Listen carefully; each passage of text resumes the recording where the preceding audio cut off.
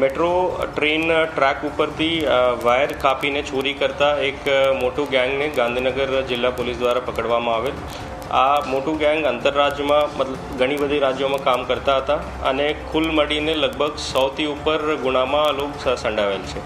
ખાસ કરીને ગુજરાતમાં જો આ મેટ્રો ટ્રેન ટ્રેક ઉપરથી 3 ગુના દાખલ થયેલ છે. એક કોબામાં, ઇન્ફોસિટી પોલીસ સ્ટેશન, એક વેજલપુરમાં અને ત્રીજું શાહપુરમાં. આ ત્રણેય ગુના ગેંગ દ્વારા કરવામાં આવેલ અને એની અલાવા લગભગ દિલ્હીમાં 14 ગુના, પુણેમાં 12 ગુના, બોમ્બે પનવેલમાં 6 ગુના, એને અલાવા ભોપાલ અને ઇન્દોરમાં પણ એની ગુના દાખલ કરવામાં. અત્યાર સુધી પોલીસ પાસે 35 ગુનાની ઇન્ફોર્મેશન આવેલ છે અને ઘણી બધા હજુ નીકળવાની શક્યતા છે અને કુલ મળીને 100ની આસપાસ ગુના ડિટેક્ટ થશે. આમાં એક ટીમ દિલ્હી દ્વારા પણ મોકલવામાં આવેલ છે. એ ટીમ પણ પૂછપરછ ચાલુ છે. એની પાસે લગભગ 101 અનડિટેક્ટ એફઆઈઆર છે. તો એનીમાંથી ઘણી બધા ગુના આમાં ડિટેક્ટ થવાની શક્યતા છે. એ ગેંગની એમો એવી રીતે છે કે એ લોકો જ્યાં મેટ્રો સ્ટેશન્સ છે, મેટ્રો ટ્રેન છે, આ શહેરોમાં જાય છે અને આ શહેરોમાં લગભગ 15 દિન, 1 મહિના, 2 મહિના રોકાયેલ છે.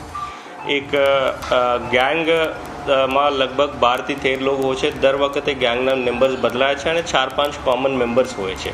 આ 4-5 મેમ્બર્સ ગેંગ ઓપરેટ કરતા હોય છે અને એ બાકી મજદૂર આવે છે ગુના કરતાં પહેલાં, ગુના કરીને પછી મુદ્દામાલ લઈને વાપસ જતા રહે છે.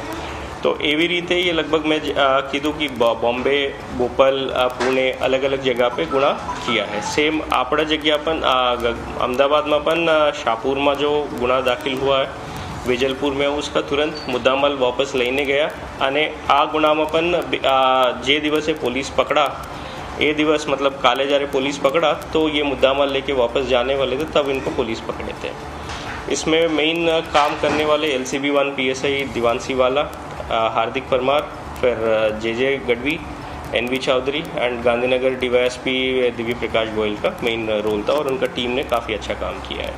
ત્યાં કેવી રીતે પહોંચતા હતા? કારણ કે પિલર ઊંચા હોય છે, ત્યાં જવા માટે રસ્તો કયો યુઝ કરતા હતા? સ્ટેશન પર થઈને જતા હતા કે સીધા ક્લાઇમ્બિંગ કરતા?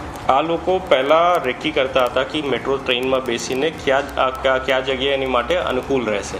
અને એ સ્ટેશનથી નથી ચડતા, બટ કઈ જગ્યા પેડ હોય છે, પેડ દાખલા તરીકે મેટ્રો ટ્રેકની નજદીક હોય છે, પેડ ચડીને ઉપર ચડતા હશે. અને બીજી જગ્યા કઈ જગ્યા તમે અમદાવાદમાં જોઈ શકશો कि ट्रेन ट्रैक कई जगह नीचा पण है जो हाथ पकड़ के भी ऊपर चढ़ सकते हैं. ऐसा जगह ये चूज़ करते थे. 5-6 लोग ऊपर चढ़े છે, 6-8 लोग નીચે રહે છે. આ વાયર કાપીને નીચે આ લોકો ફેંકે છે અને નીચે વાયર બંડલ કરીને ગાડીને અંદર આ લોકો મૂકીને લઈ જતા હતા.